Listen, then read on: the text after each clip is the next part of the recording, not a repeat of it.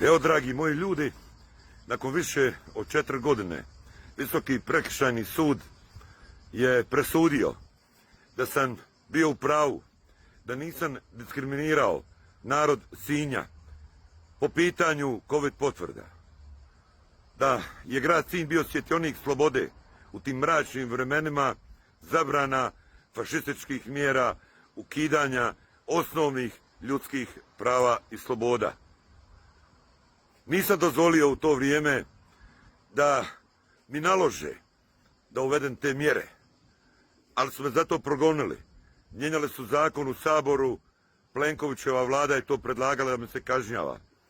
Inspektorat je tada doveden u vrlo tešku situaciju, da su me morali kažnjavati. Današnjim danom i ovom presudom Visokog trgovačkog suda je jasno rečeno da je grad Sinj bio u teškim tim vremenima korona fašizma svjetionik slobode.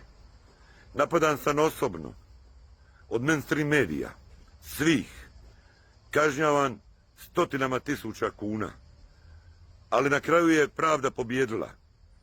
Pobjedila je sloboda, pobjedila je jednakost svih građana.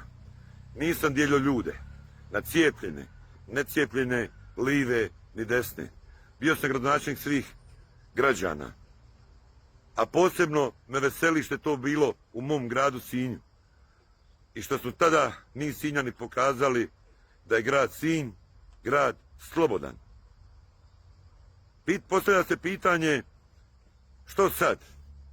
S Andrejom Plenkovićem, Davorom Božinovićem, superherojom Vilijom Berošom, koje su ljude prisiljavali da se cijepe. Brojni imaju teške posljedice. Sada je trenutak da se zapitamo. Pozivam vas sve da stanete u zaštitu svojih prava i sloboda iz toga vremena. I nemojte im nikad zaboraviti. Kad budete izlazili na izbore, sjetite se svih onih koji su vas natravali, zabranjivali, prisiljavali da se cijepite. Koliko je milijardi utučeno u to cjepivo, koliko je ljudi izgubilo svoj posao, koliko nije vidjelo svoje najbliže. Zato još jednom, s ponosom ističem što je grad Sinj u to vrijeme u Hrvatskoj jedini grad u Europskoj uniji koji je bio svjetionik slobode. Isplati se boriti, bez obzira na progone Plenkovićevog inspektorata. Danas je dokazano da su radili kriminalna djela protivna ustavnim načelima o jednakosti, slobodama i ljudskim pravima i ljudskom dostojanstvu.